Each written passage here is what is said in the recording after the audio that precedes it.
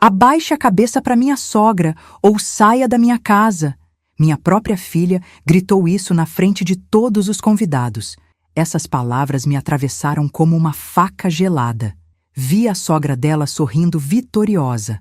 Faz 3 dias e ainda sinto o gosto amargo daquele silêncio.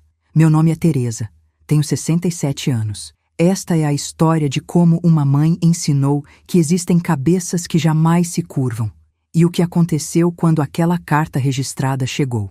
Eu estava na cozinha temperando a farofa quando ouvi a voz da minha filha cortando o ar como uma navalha afiada. Abaixe a cabeça para minha sogra ou saia da minha casa. Meu corpo inteiro congelou. A colher de pau ficou suspensa no ar. Senti o cheiro do alho dourado fritando no azeite. Aquele cheirinho que sempre fez minha cozinha ser acolhedora. Mas naquele momento ele me enjoou. Minhas mãos começaram a tremer.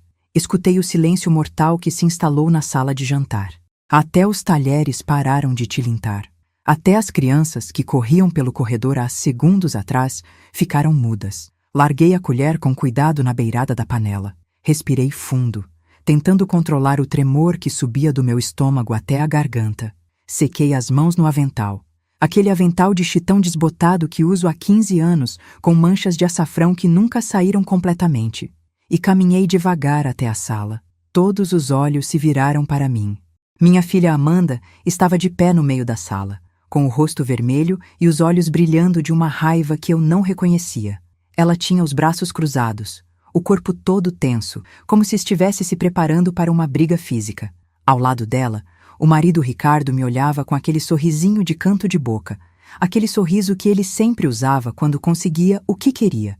E sentada na cabeceira da mesa, como se fosse a dona do mundo, estava Dona Eleonora, a sogra da minha filha. Ela usava um conjunto de linho bege caríssimo, daqueles que custam mais do que minha aposentadoria inteira de um mês. Os cabelos estavam presos num coque perfeito, não tinha um fio fora do lugar. As unhas eram feitas, longas e pintadas de vermelho escuro. No pulso, uma pulseira de ouro maciço que tilintava toda vez que ela mexia a mão. E ela estava sorrindo daquele jeito que fazia meu estômago revirar, um sorriso de vitória, de superioridade, de alguém que acabou de esmagar um inseto e está admirando o estrago. Foi ela quem começou tudo, uns 20 minutos antes. Eu tinha chegado cedo, como sempre fazia nos almoços de domingo. Trouxe a farofa, minha farofa especial com bacon, passas e castanhas, aquela que a Amanda sempre adorou desde pequena. Trouxe também um pote de doce de abóbora que fiz na quinta-feira. Cheguei animada, porque fazia 2 semanas que eu não via minha filha.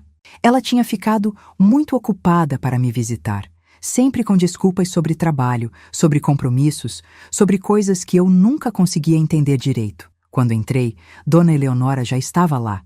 Isso me surpreendeu, porque geralmente era só a família próxima nos domingos. Mas Amanda me avisou na porta, com um sorriso meio forçado. Mãe, a Eleonora vai almoçar com a gente hoje. Ela quis conhecer melhor a casa. Engoli a seco, forcei um sorriso.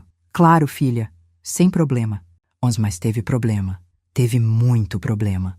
Dona Eleonora chegou e começou a passear pela casa como se fosse uma compradora, avaliando um imóvel barato. Tocava nas coisas com a ponta dos dedos, fazendo aquela cara de quem está segurando o nojo. Comentou sobre a cor da parede da sala. Amarelo mostarda é tão anos 2000, né? Ninguém mais usa isso. Olhou para o sofá de tecido, aquele sofá confortável que eu mesma escolhi quando dei de presente para a Amanda, e disse: Vocês não pensam em trocar por um de couro? Fica mais sofisticado. Eu fiquei quieta. Mordi a língua. Continuei ajudando a Amanda na cozinha, tentando ignorar os comentários, mas a cada frase daquela mulher, eu sentia minha filha ficando menor. Amanda ria nervosa, concordava com tudo, se desculpava pela casa. Sogra, a gente ainda não teve tempo de reformar. A senhora tem razão, a gente precisa modernizar. Foi na hora de arrumar a mesa que a situação explodiu. Dona Eleonora trouxe uma toalha de mesa dela.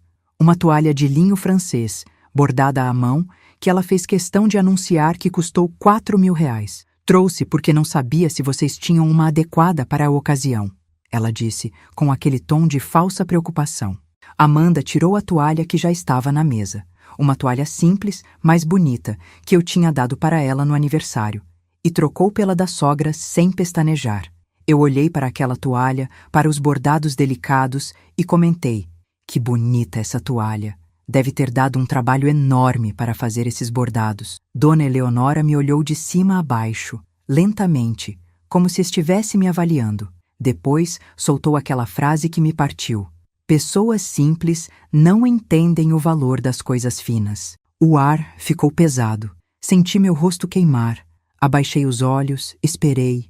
Esperei que minha filha dissesse alguma coisa, que ela defendesse a própria mãe, que ela lembrasse quem estava ali na sala. Mas Amanda fingiu que não tinha ouvido. Continuou arrumando os pratos, as mãos tremendo levemente, mas a boca fechada. Ricardo soltou uma risadinha baixa, e Dona Eleonora continuou sorrindo. Engoli a seco e voltei para a cozinha. Foi lá, no meio da farofa, no meio das panelas, que eu senti as lágrimas começarem a queimar nos meus olhos.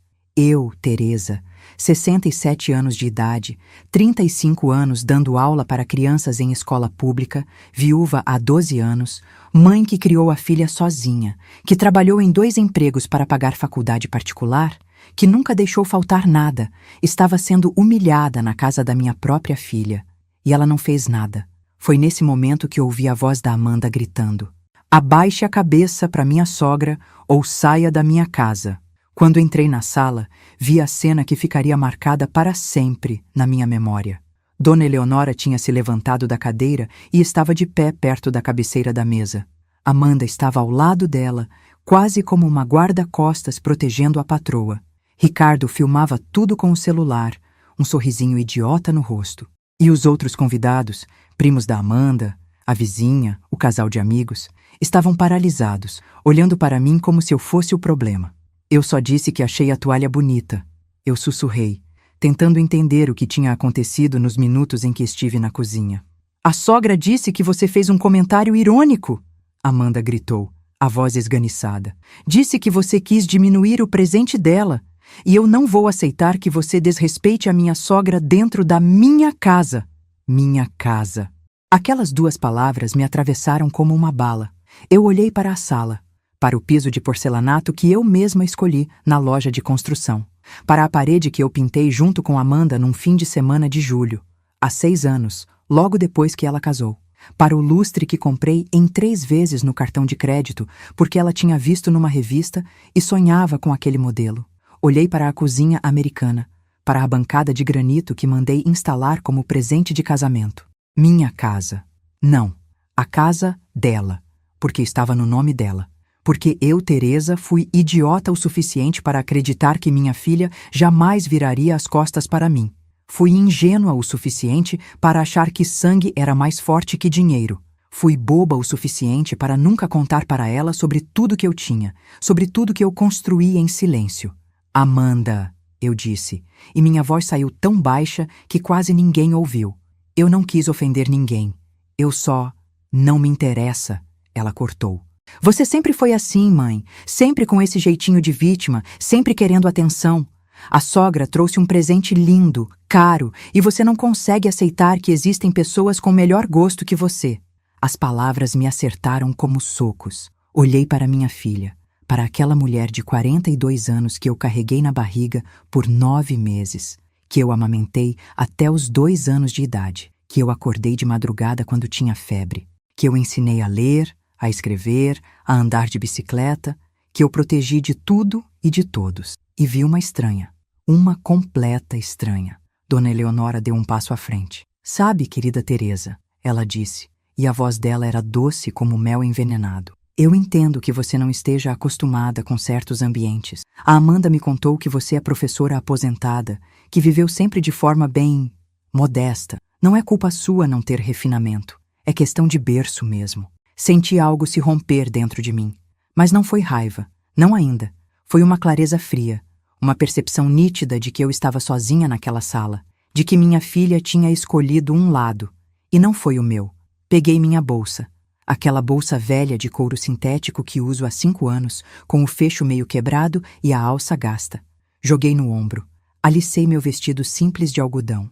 Respirei fundo, sentindo o cheiro da casa, um misto de comida, de perfume caro da Eleonora, de algo que já não era mais meu lar. Olhei para a Dona Eleonora. Ela estava com aquele sorriso de vitória estampado no rosto. Olhei para Ricardo, que tinha abaixado o celular, mas ainda me observava com desprezo. Olhei para os convidados, que desviavam os olhos, constrangidos. E, finalmente, olhei para minha filha. Está bem, Amanda, eu disse, e minha voz saiu estranhamente calma. Se é isso que você quer, eu vou embora.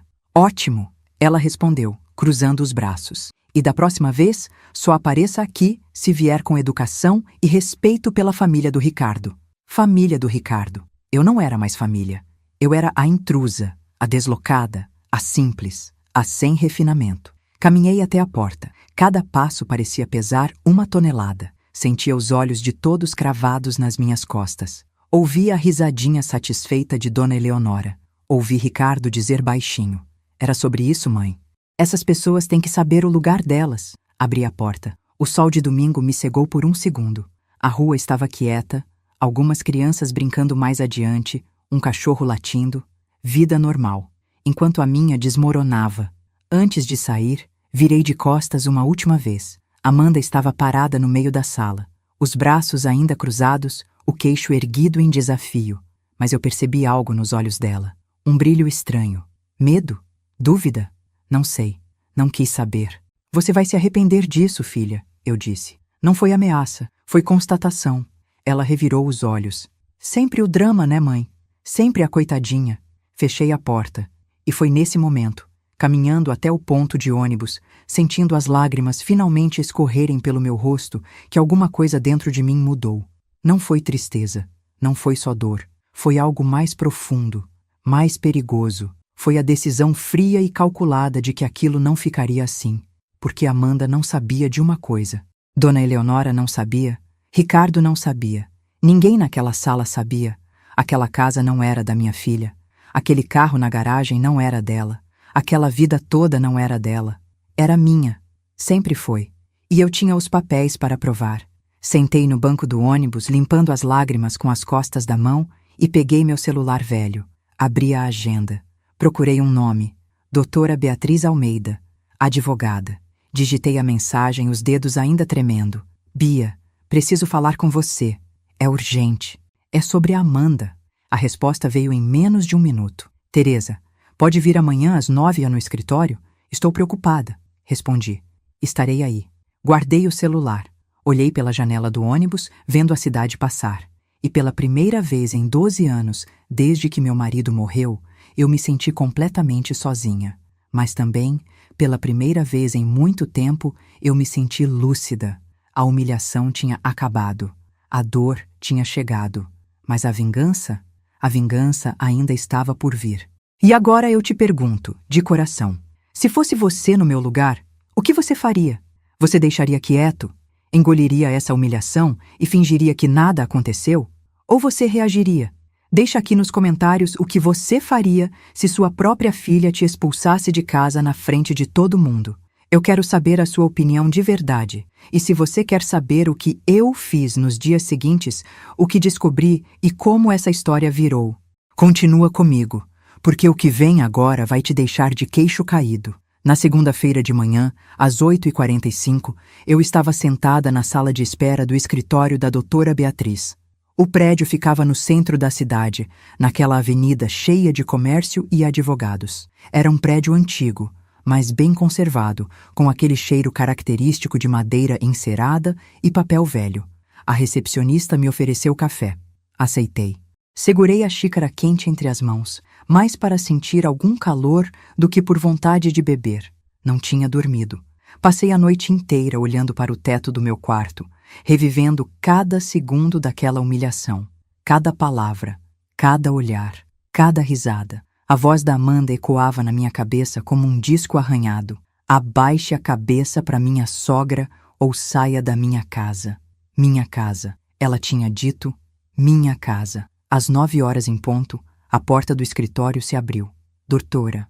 Beatriz apareceu, com aquele terno azul marinho impecável, os cabelos curtos bem cortados, os óculos de grau na ponta do nariz. Ela tinha uns 55 anos, era minha advogada há 20 anos, desde quando comprei meu primeiro apartamento para alugar. Mas mais do que advogada, Beatriz era amiga. uma das poucas pessoas que sabia da minha vida financeira real.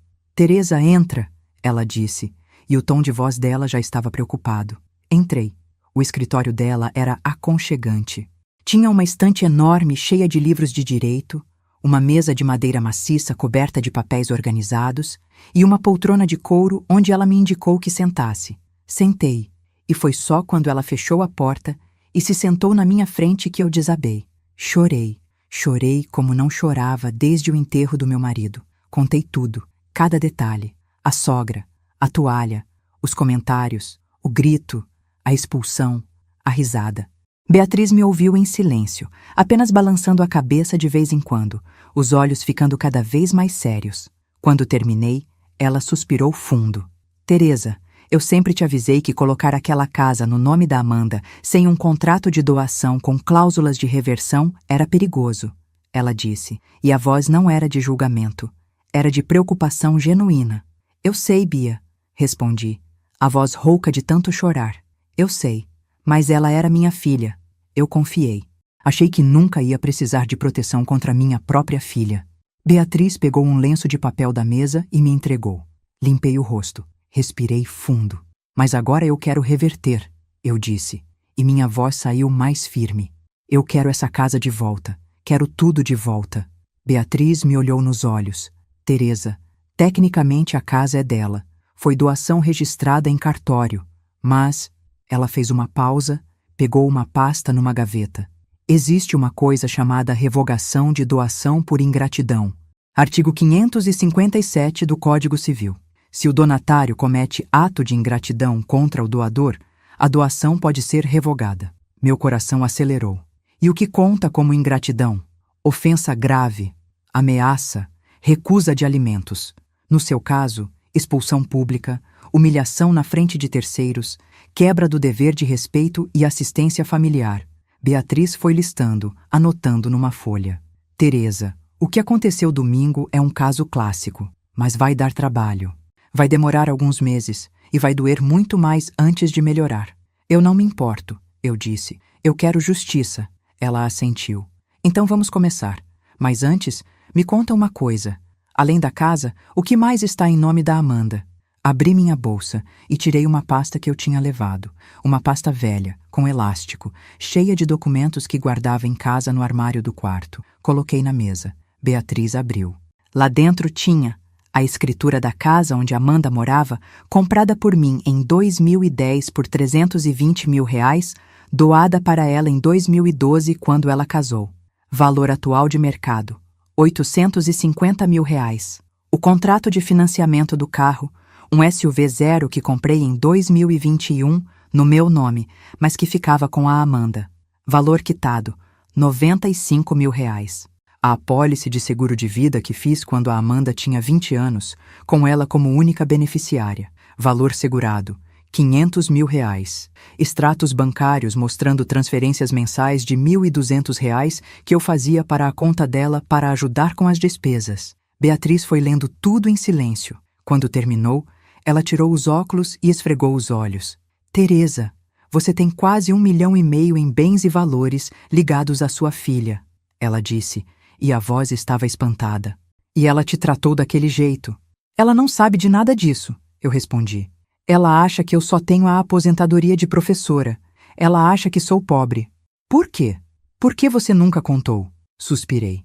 Meu marido sempre dizia, Teresa, dinheiro atrai interesse. Guarda teu patrimônio em silêncio. Deixa as pessoas te amarem por quem você é, não pelo que você tem. Então eu guardei. Trabalhei duro, investi, juntei. Mas nunca ostentei. Nunca contei. Achei que assim a Amanda ia me amar de verdade. Pelo que eu sou, não pelo que eu tenho. Beatriz balançou a cabeça. E aí chegou Dona Eleonora, que ostenta tudo, e virou a cabeça da menina. Exatamente. Ficamos em silêncio por 1 minuto. Eu ouvia o tic-tac do relógio de parede. Ouvia o barulho abafado da rua lá embaixo. Sentia o peso da realidade caindo sobre mim como uma laje de concreto. Beatriz, eu fui uma idiota, né? Perguntei. E minha voz era só um sussurro. Ela segurou minha mão. Você foi uma mãe. E mães confiam. Não foi sua culpa. Foi dela. Dela e daquele marido parasita. Saí do escritório da Beatriz com um plano. Ela ia entrar com o processo de revogação de doação. Ia levar uns 3 meses até a primeira audiência. Mas era possível. E eu ia lutar. Voltei para casa a pé. Morava num apartamento simples, 2 quartos, num bairro tranquilo da Zona Norte. Subia 4 lances de escada porque o elevador era velho e vivia quebrado. Quando abri a porta, o silêncio me engoliu. Vazio. A casa estava vazia. Não de móveis, de vida, de sentido, de propósito. Sentei no sofá da sala. Aquele sofá que comprei usado há 15 anos, mas que era confortável e me conhecia bem. E olhei ao redor. As paredes precisavam de pintura. O piso estava gasto. As cortinas estavam desbotadas. Eu tinha condições de reformar tudo, de comprar tudo novo, mas nunca liguei para essas coisas. Sempre achei que o importante era o coração da casa, não a aparência. Mas agora, olhando ao redor, me senti patética. Dona Eleonora tinha razão?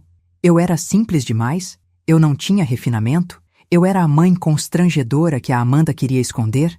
Levantei e fui até o espelho do corredor. Olhei para o meu reflexo. Uma mulher de 67 anos. Cabelos grisalhos, curtos, sem tintura. Rugas profundas ao redor dos olhos e da boca.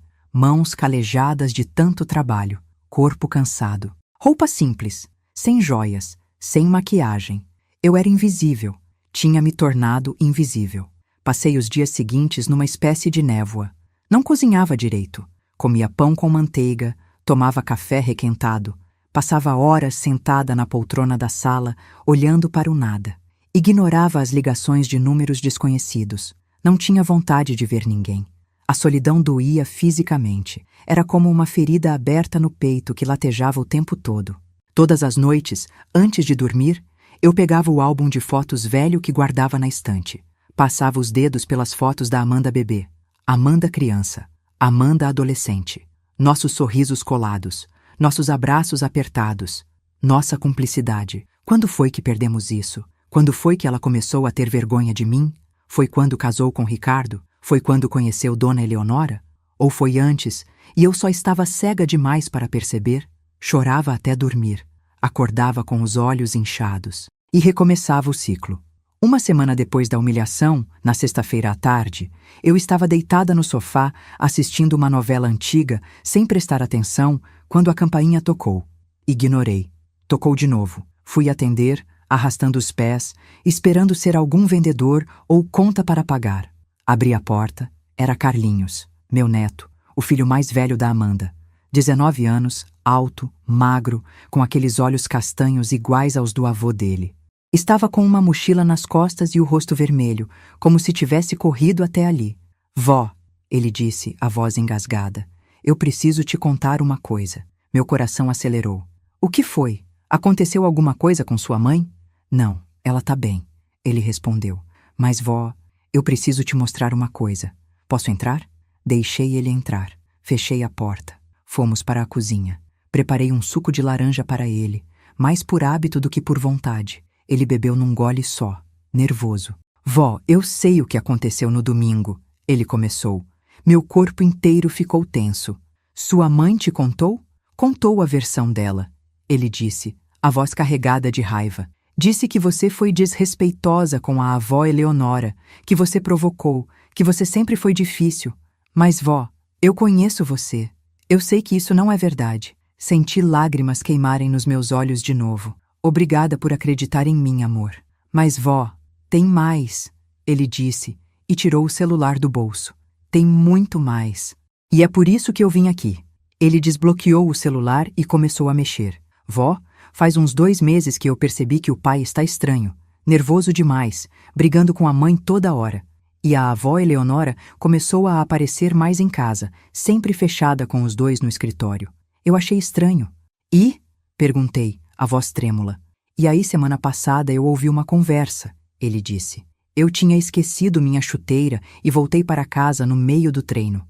Quando cheguei, ouvi eles discutindo. O pai, a mãe e a avó Eleonora.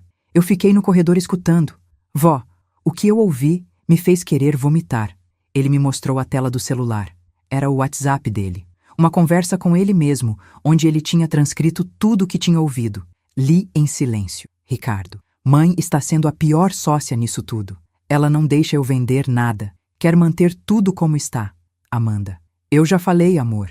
Minha mãe é teimosa. Ela não entende de negócios. Ela acha que a gente tem que guardar tudo como se fosse tesouro. Eleonora. Mas vocês precisam desse dinheiro. Agora, Ricardo. A empresa faliu. Os credores estão atrás de você. Se a justiça bloquear os bens, acabou. Ricardo. Eu sei, mãe. Por isso precisamos vender a casa. Vale quase 1 milhão.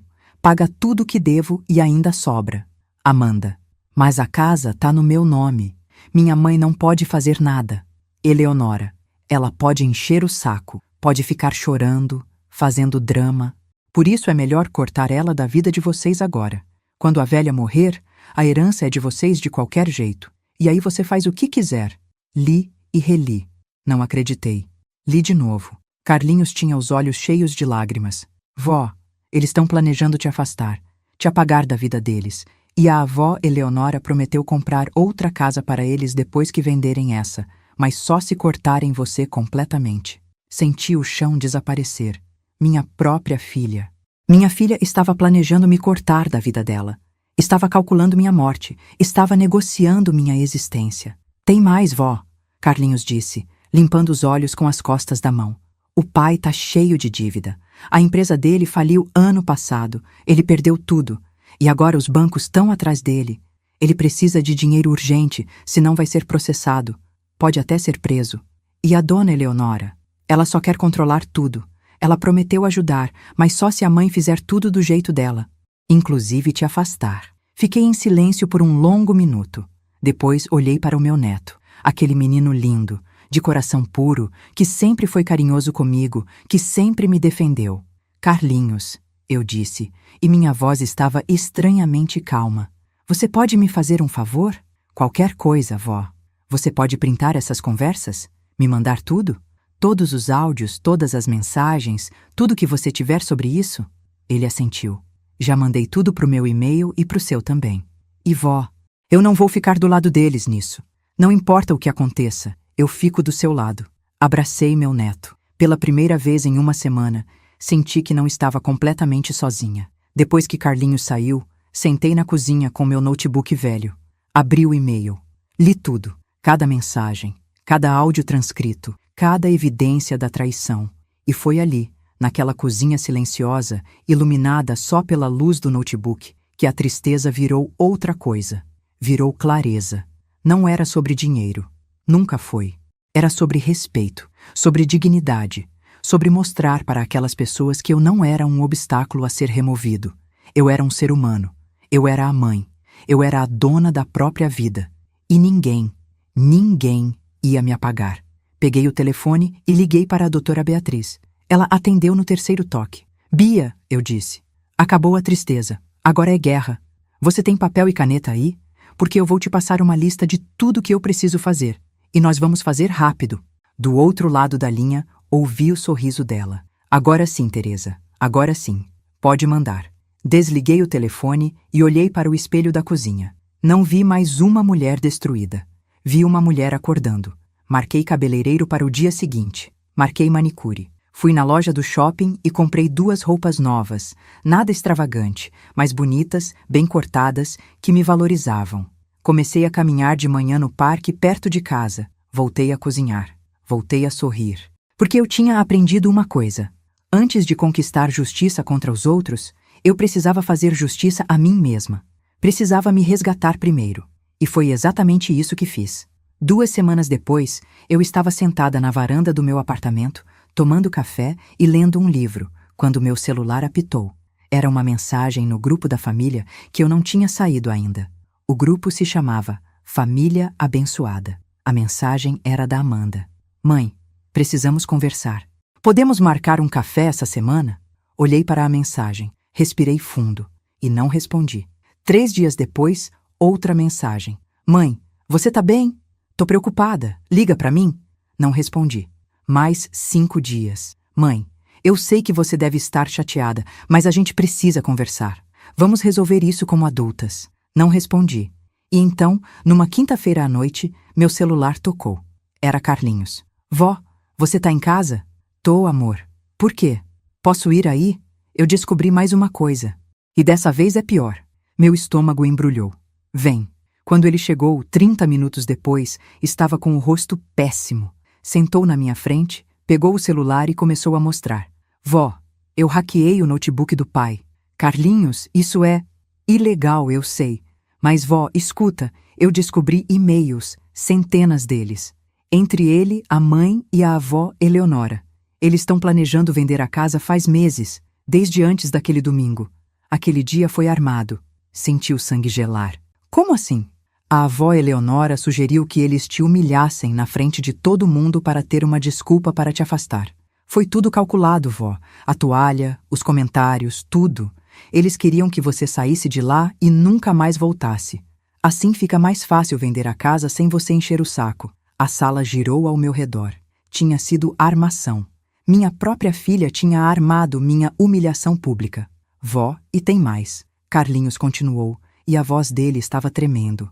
O pai deve quase R$1 milhão. A empresa dele não faliu por acaso. Ele fez negócios ilegais, pegou empréstimos, desviou dinheiro. Se não pagar até o fim do ano, ele vai ser indiciado. Pode pegar até 5 anos de prisão. E a Eleonora sabe disso? Sabe. E ela disse que só ajuda se eles cortarem você. Ela não quer que gente simples se misture com a família dela. Essas foram as palavras dela num e-mail. Respirei fundo, muito fundo. Carlinhos, você pode me passar todos esses e-mails? Já enviei tudo para o seu advogado. Tá no e-mail que você me deu. Olhei para o meu neto, aquele menino corajoso, aquele menino justo. Obrigada, meu amor. Você acabou de salvar a sua avó. Ele abraçou em mim. Eu te amo, vó, e nunca vou deixar eles machucarem você. Quando Carlinhos foi embora, liguei para a Beatriz. Era quase meia-noite, mas ela atendeu. Teresa? Bia, você já viu os e-mails que o Carlinhos mandou? Vi. Acabei de ler. Teresa, isso muda tudo. Isso é prova de má-fé, de planejamento premeditado, de ingratidão dolosa. Eu posso pedir liminar para bloquear a venda da casa amanhã. Então faz. E Bia, eu quero fazer mais uma coisa. O quê? Eu quero convocar uma reunião. Com a Amanda, o Ricardo e a dona Eleonora. Quero todo mundo junto, na minha frente. E quero que você esteja lá. Houve uma pausa. Depois a voz da Beatriz veio, baixa, mas firme. Teresa, você tem certeza? Absoluta. É hora de pôr as cartas na mesa, literalmente. Então vamos fazer isso. Quando? Segunda-feira, 10 horas da manhã, na casa da Amanda, a minha casa. Desliguei o telefone. Caminhei até o espelho do corredor. E dessa vez, quando olhei para o reflexo, não vi uma mulher destruída. Vi uma guerreira pronta para a batalha.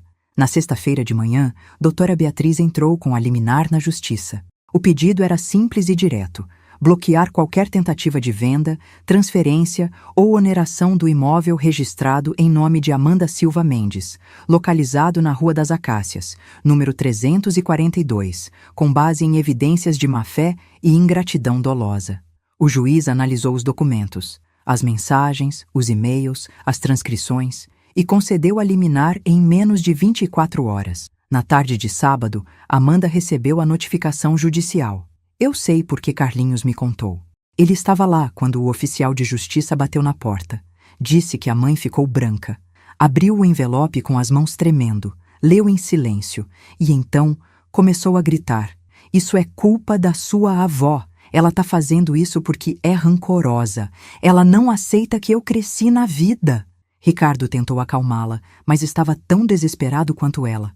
Ligou imediatamente para a mãe, dona Eleonora. Colocou no viva voz. E a resposta dela foi fria como gelo. "Se vocês não conseguem nem controlar uma velhinha, não servem para nada. Resolvam isso, sozinhos." E desligou. Foi aí que Amanda começou a me ligar. 17 ligações em um dia. Deixei todas tocarem até cair na caixa postal. Nas mensagens que ela deixou, o tom foi mudando. Começou com raiva. "Mãe, o que você acha que está fazendo? Você enlouqueceu?" Passou para a incredulidade. "Eu não acredito que você é capaz disso comigo." Terminou em desespero. "Mãe, por favor, atende o telefone. A gente precisa conversar. Eu te amo." Eu te amo. Quantas vezes ouvi isso na vida? Milhares. Mas agora, cada vez que lia aquelas 3 palavras na mensagem dela, eu sentia nojo. Porque amor não humilha. Amor não trai. Amor não arma ciladas. Na domingo à noite, mandei uma mensagem curta no grupo da família. Reunião segunda-feira, 10 horas da manhã, na Rua das Acácias, 342. Presença obrigatória. Amanda, Ricardo, Dona Eleonora. Estarei acompanhada da minha advogada. Não faltem. A resposta veio em segundos. Amanda. Mãe, que reunião é essa? Do que se trata? Ricardo. Dona Teresa, acho melhor conversarmos em particular, sem advogados. Dona Eleonora não respondeu. Eu também não respondi a eles. Segunda-feira amanheceu, com um céu azul absurdamente bonito. Acordei às 6 da manhã. Tomei banho demorado, passei creme hidratante, coloquei uma das roupas novas que tinha comprado. Uma calça social preta e uma blusa branca de tecido bom, nada extravagante, mas elegante. Prendi o cabelo num coque simples, passei um batom nude. Olhei no espelho e vi uma mulher diferente. Uma mulher que se respeitava. Doutora Beatriz passou para me buscar às 9 horas. Ela estava com um terno cinza, uma pasta de couro enorme debaixo do braço e um sorriso de quem sabe que vai ganhar a guerra. Pronta? Ela perguntou. Mais do que nunca. Chegamos à casa, a minha casa, às 9h50. O carro da Amanda estava na garagem. O carro do Ricardo também. E tinha um terceiro carro que eu reconheci. Um Mercedes preto, o carro de Dona Eleonora. Estavam todos lá, esperando. Respirei fundo. Doutora Beatriz tocou meu ombro. Teresa, você é forte. Não esquece disso. Descemos do carro. Caminhamos até a porta. Bati 3 vezes. Quem abriu foi Ricardo. Ele estava com olheiras profundas, a barba por fazer, a camisa amarrotada. Me olhou com uma mistura de medo e raiva. Dona Teresa? Ele disse, a voz tensa. A senhora não acha que isso está passando dos limites? Não respondi. Entrei. Beatriz entrou atrás de mim. A sala estava exatamente como no último domingo que estive ali. A mesa de jantar no centro, as cadeiras ao redor, mas dessa vez não tinha comida. Não tinha cheiro de almoço, tinha só tensão no ar, densa como neblina. Amanda estava sentada na ponta da mesa, os olhos vermelhos de tanto chorar. Quando me viu, ela levantou de um pulo. Mãe, graças a Deus você veio. A gente precisa resolver isso, precisa. Senta, eu disse. E a voz saiu tão fria que até eu me assustei. Ela piscou. Ficou parada por 1 segundo. E então sentou. Dona Eleonora estava na cabeceira da mesa. Dessa vez, não estava com aquele ar de superioridade. Estava tensa. As mãos cruzadas sobre o colo, o olhar calculista me avaliando. Quando me viu entrar, ela ergueu o queixo. Teresa, ela disse. E o nome saiu com desdém. Espero que tenha vindo aqui para se desculpar por todo esse escândalo desnecessário. Olhei para ela e sorri. Um sorriso frio, sem alegria.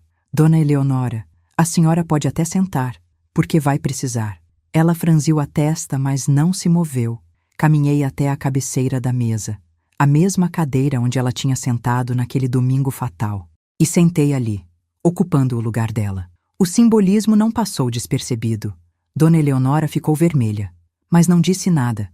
Doutora Beatriz ficou de pé ao meu lado, colocando 3 pastas enormes sobre a mesa. O barulho foi seco, pesado. Bom dia a todos, Beatriz começou, a voz profissional. Meu nome é doutora Beatriz Almeida, advogada da senhora Teresa Maria da Silva. Estamos aqui hoje para tratar de questões patrimoniais, contratuais e familiares de extrema gravidade. Amanda tentou interromper. Mãe, isso não precisa de advogado. A gente pode... Cala a boca, Amanda, eu disse. O silêncio foi absoluto. Minha filha arregalou os olhos. Nunca, em 42 anos de vida, eu tinha falado daquele jeito com ela. Agora vocês vão me ouvir, eu continuei. Vocês vão ficar sentados, quietos, e vão ouvir cada palavra que eu tenho para dizer. E quando eu terminar, se vocês quiserem falar, eu deixo. Mas agora é a minha vez. Beatriz abriu a primeira pasta. Vamos começar pelo começo, ela disse. Esta é a escritura do imóvel onde estamos agora. Rua das Acácias, número 342, comprado em 12 de março de 2010 pela senhora Teresa Maria da Silva, pelo valor de R$320 mil, pagos à vista com recursos próprios oriundos de economia pessoal e venda de outro imóvel. Em 23 de junho de 2012, a senhora Teresa fez doação do imóvel para sua filha, Amanda Silva Mendes, em comemoração ao seu casamento. Amanda olhou para na escritura. Seu rosto estava pálido. Continuando, Beatriz virou a página. No momento da doação, o imóvel foi avaliado em R$380 mil. Hoje, segundo a avaliação atualizada feita na semana passada, o imóvel vale R$850 mil. Isso significa que a senhora Teresa doou para a filha um bem que valorizou 123% em 12 anos. Ricardo se mexeu desconfortável na cadeira. Beatriz abriu a segunda pasta. Agora vamos falar do veículo. Um SUV Mitsubishi Outlander, ano 2021, comprado em outubro de 2021 pela senhora Teresa em seu próprio nome, através de financiamento bancário. Valor total, R$95 mil. O financiamento foi quitado pela senhora Teresa em parcelas mensais de R$2.300 durante 42 meses, retirados de sua aposentadoria. O veículo encontra-se atualmente na posse de Amanda e Ricardo, embora registrado em nome da senhora Teresa. Amanda começou a chorar, lágrimas silenciosas escorrendo pelo rosto. Beatriz não parou. Terceiro item. Seguro de vida contratado em 1998, quando Amanda tinha 15 anos de idade. Contribuição mensal de R$450 durante 26 anos. Total investido, R$140 mil. Valor segurado atual, R$500 mil. Beneficiária única, Amanda Silva Mendes. Dona Eleonora finalmente falou. E qual o propósito dessa exposição toda? Olhei para ela. O propósito, Dona Eleonora, é mostrar para a senhora exatamente quem é a pessoa que a senhora chamou de gente simples sem refinamento. Sou a mulher que construiu um patrimônio de mais de R$1.400.000 trabalhando honestamente, suando, juntando centavo por centavo, enquanto a senhora herdou tudo do seu falecido marido e nunca trabalhou um dia sequer na vida. Ela ficou roxa. Como ousa? Eu ouso porque tenho provas. Eu cortei. E agora, vamos para a parte que vocês não sabem que eu sei. Beatriz abriu a terceira pasta. A mais grossa. Dentro tinha pilhas de papéis, impressões de e-mails, transcrições de mensagens, prints de conversas, áudios transcritos. Estes são e-mails trocados entre o Sr. Ricardo Mendes, a Sra. Amanda Silva Mendes e a Sra. Eleonora Costa Mendes entre os meses de fevereiro e setembro deste ano. Beatriz começou a ler. No e-mail de 12 de março, o Sr. Ricardo escreve: Mãe, a empresa faliu. Devo R$800 mil. Preciso vender a casa. Resposta da Sra. Eleonora: Então vende, mas antes resolve a situação da tua sogra. Ela não pode atrapalhar. Ricardo ficou branco. E-mail de 21 de abril. Beatriz continuou. Sra. Eleonora escreve: Amanda, você precisa afastar sua mãe da sua vida. Ela é um peso. Gente pobre sempre é. Resposta de Amanda: Eu sei, sogra. Mas como? Ela é minha mãe. Resposta de Eleonora: Crie uma situação. Humilhe ela na frente dos outros. Ela vai ficar com vergonha e não volta mais. Amanda soluçou alto. Mãe, não foi assim. Não era assim, eu disse, e minha voz estava tremendo de raiva contida. Então me explica o e-mail do dia 28 de agosto, uma semana antes daquele domingo. Ricardo escreve: Vamos fazer no almoço de domingo. Minha mãe vai estar lá. A gente provoca a Teresa até ela sair. Aí fica fácil vender a casa. E você, Amanda? Você respondeu: Concordo. Quanto antes a gente se livrar dela, melhor. O choro da Amanda virou grito. Eu não quis dizer isso. Eu estava desesperada. O Ricardo falou que ia ser preso se não pagasse as dívidas. E você achou que a solução era me trair? Eu gritei de volta. Era me humilhar? Era planejar friamente me destruir para salvar o teu marido incompetente? Ricardo levantou da cadeira. Escuta aqui, senhora. Senta! Beatriz gritou, e a voz dela ecoou pela sala inteira. Senta agora ou eu chamo a polícia. Ele sentou. Beatriz continuou implacável. Temos também prints de mensagens entre a senhora Amanda e o senhor Ricardo no WhatsApp. Data: 3 de setembro, 2 dias antes do incidente. Amanda escreve: Quando a minha mãe morrer, a herança é nossa. Aí a gente vende tudo e paga suas dívidas. Ricardo responde: E se ela demorar para morrer? Amanda: A gente acelera o processo. Corta ela da nossa vida. Ela não aguenta a solidão. Vai definhar. Levantei da cadeira. Caminhei até a minha filha. Olhei nos olhos dela. Você desejou minha morte, Amanda, eu disse. E minha voz era só um sussurro. Você calculou. Você planejou. Você me transformou num obstáculo a ser removido. Ela sacudiu a cabeça desesperada. Não, mãe, não foi assim. Eu estava confusa. O Ricardo me pressionava. A sogra... A sogra o quê? Eu cortei. Te obrigou a escrever aquilo? Te obrigou a me expulsar na frente de todo mundo? Te obrigou a escolher essa víbora? Apontei para Dona Eleonora. No lugar da tua própria mãe? Silêncio. Voltei para a cabeceira da mesa. Respirei fundo. Agora vem a melhor parte, eu disse. Doutora Beatriz, por favor. Beatriz pegou outro documento, um papel oficial, com carimbo do Tribunal de Justiça. Este é o processo de revogação de doação por ingratidão que foi protocolado na semana passada, ela explicou. Com base nos e-mails, mensagens e no incidente de humilhação pública documentado por testemunhas, o juiz concedeu liminar determinando que 1. O imóvel não pode ser vendido, transferido ou onerado sob pena de prisão. 2. A senhora Amanda tem 90 dias para desocupar o imóvel e devolvê-lo à senhora Teresa. 3. Todos os bens doados pela senhora Teresa, incluindo o veículo, voltam para seu nome. Amanda caiu de joelhos, literalmente. Deslizou da cadeira e caiu no chão, soluçando. Não, mãe, não, por favor. A gente não tem para onde ir. A gente não tem dinheiro. Eu vou perder tudo.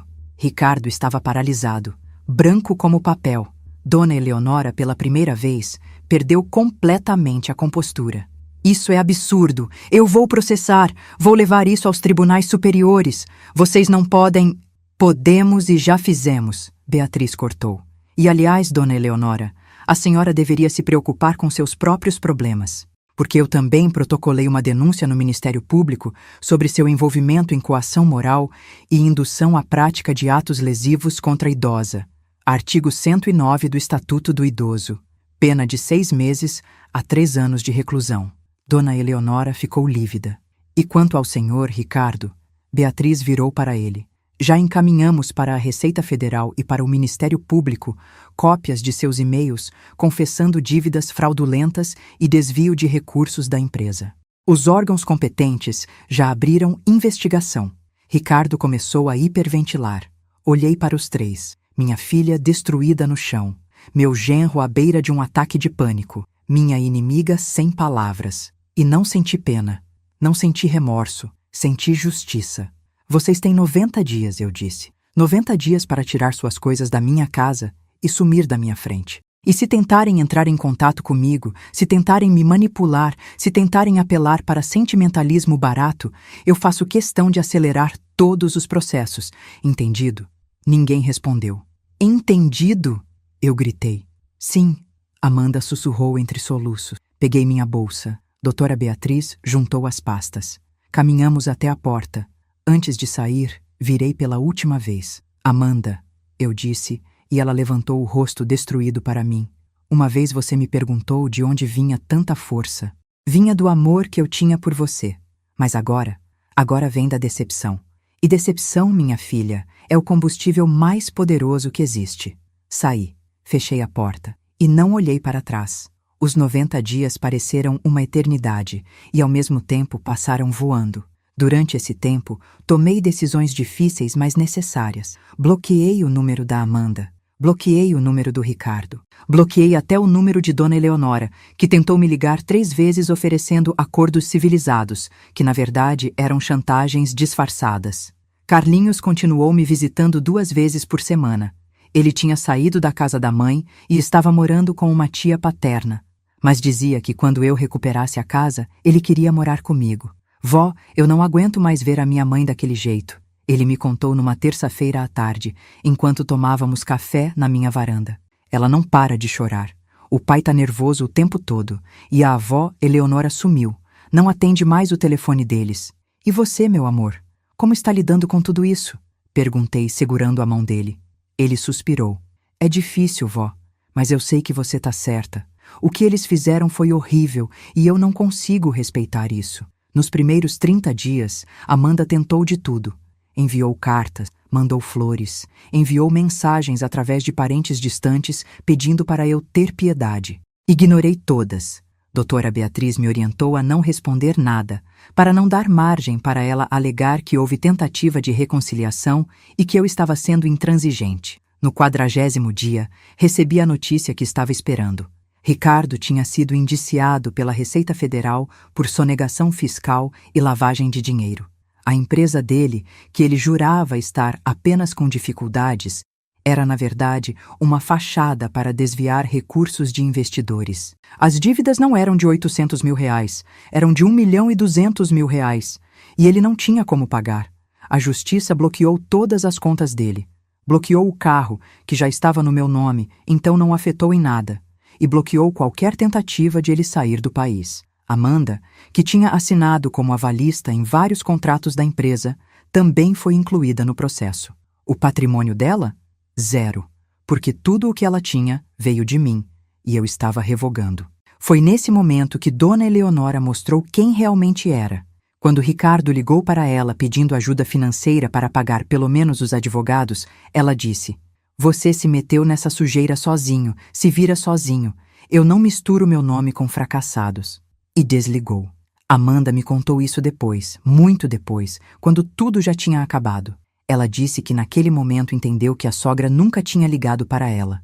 Só queria controlar. Só queria um fantoche para manipular. No 60º dia, a Amanda fez a última tentativa. Ela apareceu na porta do meu prédio de madrugada, bêbada, gritando meu nome. "Mãe, mãe, pelo amor de Deus, me escuta. Eu errei. Eu sei que errei, mas eu sou tua filha, tua filha." Os vizinhos acordaram. Alguém chamou a polícia. Quando os policiais chegaram e tentaram levá-la, ela se debateu, gritou, chorou. Eu estava na janela do quarto, olhando de cima.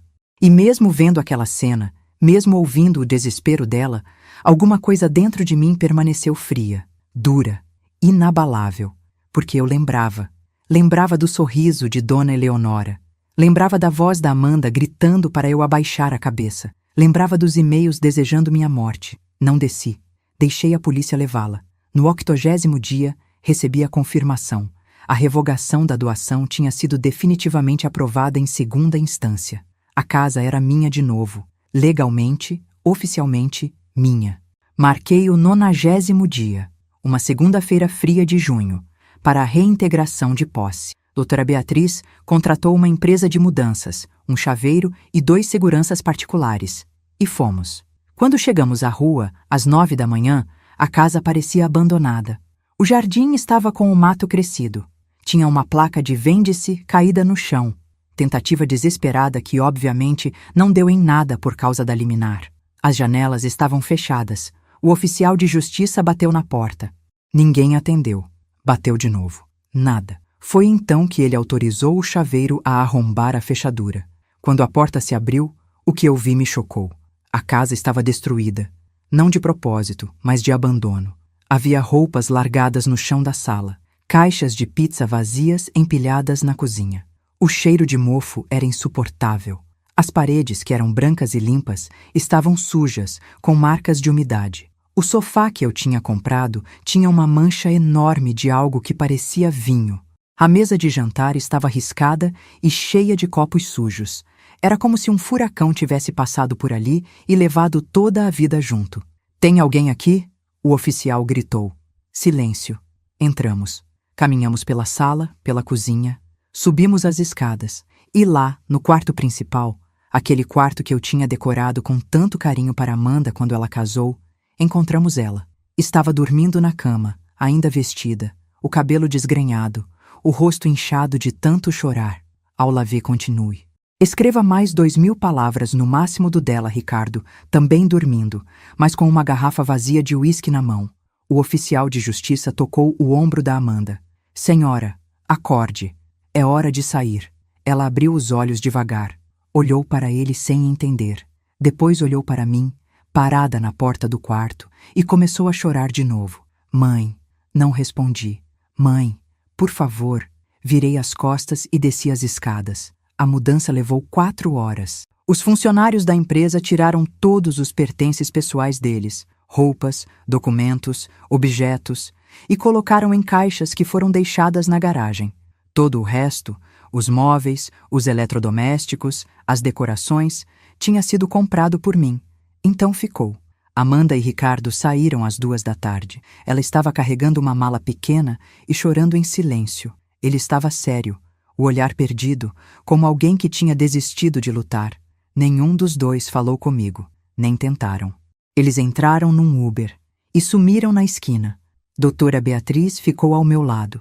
Você está bem? Não sei, respondi honestamente. Ainda não sei.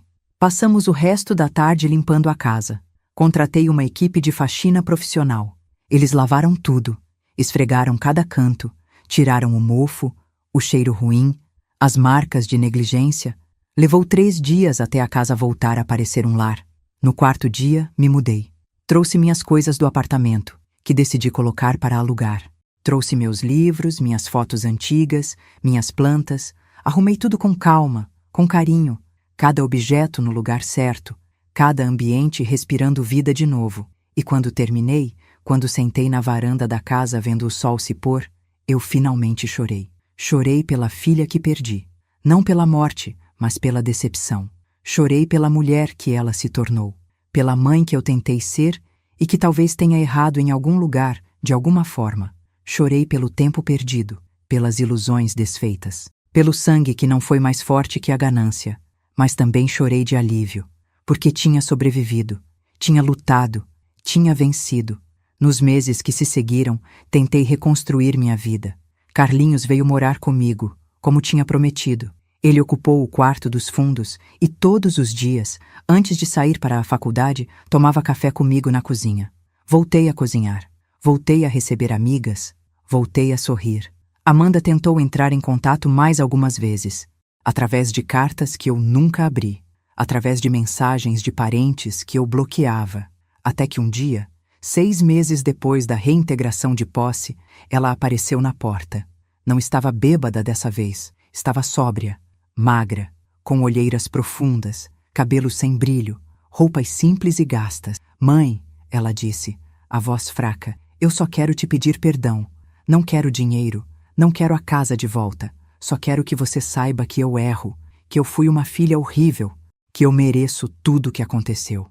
Olhei para ela, para aquela mulher quebrada, e senti algo estranho no peito. Não era amor, ainda não, mas também não era ódio, era cansaço.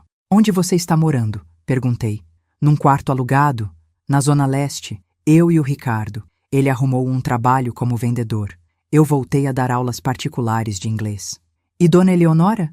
Ela deu um sorriso amargo. Sumiu das nossas vidas, bloqueou nossos números. Quando encontrei ela uma vez no supermercado, ela fingiu que não me conhecia. Fiquei em silêncio. Mãe, eu não espero que você me perdoe. Amanda continuou, os olhos marejados. Mas eu precisava te ver. Precisava te falar que eu te amo. Que eu sempre te amei. Que eu só perdi o rumo. Mas agora eu achei. Achei porque perdi tudo. E percebi que a única coisa que realmente importava era você. E eu joguei fora. Uma lágrima escorreu pelo meu rosto. Amanda, eu disse, e minha voz estava tão cansada quanto meu coração. Eu não sei se consigo te perdoar. Não agora, talvez nunca, mas eu posso te dar uma chance. Ela arregalou os olhos. Uma chance de provar que você mudou de verdade. Continuei. Você vai morar no quartinho dos fundos. Vai pagar um aluguel simbólico de R$ 300 por mês. Vai me ajudar nas tarefas da casa. E vai reconstruir minha confiança tijolo por tijolo. Não vai ser rápido. Não vai ser fácil. Mas se você realmente quer voltar para a minha vida, vai ter que merecer. Cada dia. Entendeu? Ela assentiu, as lágrimas escorrendo livremente agora. Entendi. E eu vou fazer tudo. Tudo, mãe. Eu prometo. E o Ricardo? Ele fica no quarto alugado. Eu não quero ele perto de você. Não agora. Talvez nunca. Concordei. E assim começou nossa reconstrução. Lenta, dolorosa, mas real. Hoje, 1 ano depois daquela segunda-feira de junho, estou sentada na varanda da minha casa tomando café da manhã. É um sábado lindo de julho, com o sol suave batendo no jardim que Carlinhos ajudou a reformar. Tem rosas vermelhas, tem jasmim, tem uma pequena horta onde plantamos tomates, alface e manjericão. Carlinhos está na cozinha preparando panquecas. Ele entrou para a faculdade de engenharia e está indo muito bem. Nos fins de semana, Ele cozinha para mim. Diz que é sua forma de retribuir tudo o que faço por ele. Mas eu sempre digo que só de ter ele por perto, minha casa fica completa. Amanda está no quartinho dos fundos. Sim, ela ainda mora aqui. Cumpriu cada promessa que fez. Paga o aluguel em dia. Me ajuda a limpar, a cozinhar, a fazer compras. E aos poucos, muito aos poucos, estamos reconstruindo algo que se parece com uma relação mãe e filha. Não é como era antes. Nunca vai ser. A cicatriz é profunda demais. Mas é honesto, é real. Ela não finge mais, não usa máscaras, não tenta me impressionar. Apenas existe ao meu lado, humilde, grata e arrependida. Ricardo apareceu aqui uma vez, 3 meses atrás, pedindo para conversar comigo. Mandei ele embora. Não quero ele perto de mim. Não quero ouvir desculpas. Ele causou a ruína da própria vida por ganância, por preguiça, por desonestidade. E agora está pagando o preço. Perdeu tudo. Está respondendo a 3 processos criminais. E perdeu a família. Amanda pediu divórcio 2 meses atrás. Disse que não consegue mais olhar para ele sem sentir nojo de si mesma. O processo está andando. Em breve ela será livre. Quanto à dona Eleonora, bem, a justiça divina tem seu próprio tempo. Ela foi indiciada por coação e estelionato relacionados a outros negócios, que fazia usando o nome de terceiros. A fortuna que ela ostentava, grande parte era ilegal, vinda de heranças desviadas e propriedades obtidas através de fraude. Quando tudo veio à tona, ela perdeu quase tudo. Hoje, vive num apartamento pequeno, sozinha, sem os bajuladores que costumava ter ao redor. Soube por terceiros que ela tentou entrar em contato com Amanda, pedindo ajuda financeira. Amanda bloqueou o número. Eu, Teresa Maria da Silva, aos 68 anos, estou vivendo a melhor fase da minha vida. Viajei para o litoral mês passado com a doutora Beatriz. Ficamos uma semana numa pousada linda, comendo peixe fresco, caminhando na praia, conversando sobre a vida. Estou pensando em fazer uma viagem para Portugal ano que vem. Sempre quis conhecer. Meu patrimônio continua intacto. A casa está no meu nome. O apartamento que coloquei para alugar me dá uma renda extra de R$ 2.000 por mês. A aposentadoria cobre todas as despesas. E ainda tenho 2 outros imóveis alugados que me garantem segurança financeira até o fim da vida. Mas mais importante que isso, tenho minha dignidade de volta. Aprendi algumas lições nesse processo todo. Aprendi que amor não é se anular, não é aceitar migalhas, não é deixar pisarem em você só porque são família. Aprendi que respeito não se mendiga, se conquista. E que quem não te valoriza na abundância não merece você na escassez. Aprendi que guardar seu patrimônio em silêncio é sábio, mas precisa vir acompanhado de limites claros, porque as pessoas só valorizam o que sabem que podem perder. E minha filha só valorizou o que eu tinha quando perdeu tudo. Aprendi que justiça não é vingança, é restauração, é devolver a cada um o que plantou. E que às vezes, o maior ato de amor que você pode dar para alguém é deixar ela cair, deixar ela sentir o peso das próprias escolhas, porque só assim ela pode aprender, crescer e, se tiver sorte, se tornar uma pessoa melhor. Olho para Amanda agora, lavando a louça na cozinha, e vejo uma mulher diferente. Vejo humildade, vejo gratidão, vejo alguém que quebrou e está tentando se reconstruir pedaço por pedaço. Ela ainda tem um longo caminho pela frente. Eu ainda tenho muitas dores para curar. Mas estamos tentando, e talvez seja isso que importa. Carlinhos traz as panquecas para a varanda. O cheiro é maravilhoso. Amanda vem também, seca as mãos no pano de prato e senta conosco. Ela sorri, um sorriso pequeno, tímido, mas genuíno. Obrigada, mãe, ela diz, por não ter desistido de mim, mesmo eu tendo desistido de você. Eu seguro a mão dela. Eu não desisti, filha. Só te deixei cair. Mas sempre estive aqui para te ajudar a levantar, desde que você quisesse levantar de verdade. Comemos em silêncio, um silêncio confortável. Depois, Carlinhos levanta e diz: Vó, a senhora não vai acreditar, mas eu fiz sobremesa também, brigadeiro, do jeito que você ensinou. Eu rio, uma risada leve, genuína. Você está me mimando demais, menino. A senhora merece, vó, ele responde, dando um beijo na minha testa. E eu percebo que sim. Eu mereço, depois de tudo que passei, de tudo que lutei, de todas as lágrimas que chorei e de toda a força que precisei ter, eu mereço esses momentos. Mereço essa paz. Mereço esse recomeço. Porque dignidade, meus queridos, não é algo que alguém pode te dar ou tirar. É algo que você decide ter. Algo que você escolhe todos os dias. E eu escolhi a minha. Escolhi não ser invisível, não ser capacho, não ser a velha simples que aceitava migalhas de respeito. Escolhi ser Teresa, a mulher que construiu um império em silêncio, a mulher que se recusou a desistir quando tudo estava perdido, a mulher que caiu, mas levantou mais forte. E se tem uma coisa que eu quero deixar para quem está lendo ou ouvindo essa história é: nunca, nunca aceite ser tratado como menos do que você vale.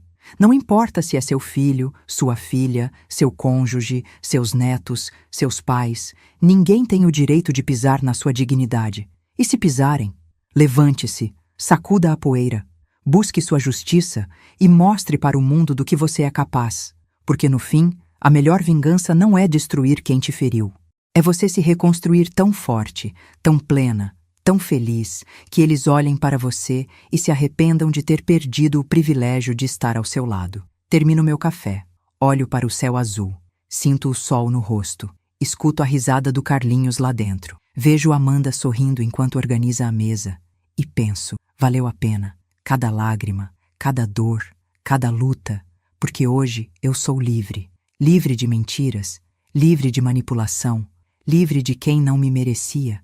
E isso, meus queridos, não tem preço. Se essa história te tocou, se você se viu em algum momento dela, se você também já foi humilhado, usado ou desvalorizado por quem você amava, quero que você saiba de uma coisa: você não está sozinho. E você tem mais força do que imagina. Não aceite migalhas. Não aceite desrespeito disfarçado de amor. Não aceite ser invisível. Você merece mais. Você sempre mereceu mais. E quando chegar a sua hora de se levantar, faça como eu fiz, com a cabeça erguida, os papéis em ordem e a certeza absoluta de que sua dignidade vale mais que qualquer patrimônio. Compartilhe essa história. Mande para quem precisa ouvir. Deixe um comentário me contando se você já passou por algo parecido. E não esqueça de se inscrever no canal para mais histórias de coragem, justiça e resgate de dignidade. Porque todo mundo merece ter sua história de recomeço. E a sua, prometo, pode começar hoje. Um beijo no coração de cada um de vocês. E lembrem-se, respeito não se mendiga, se conquista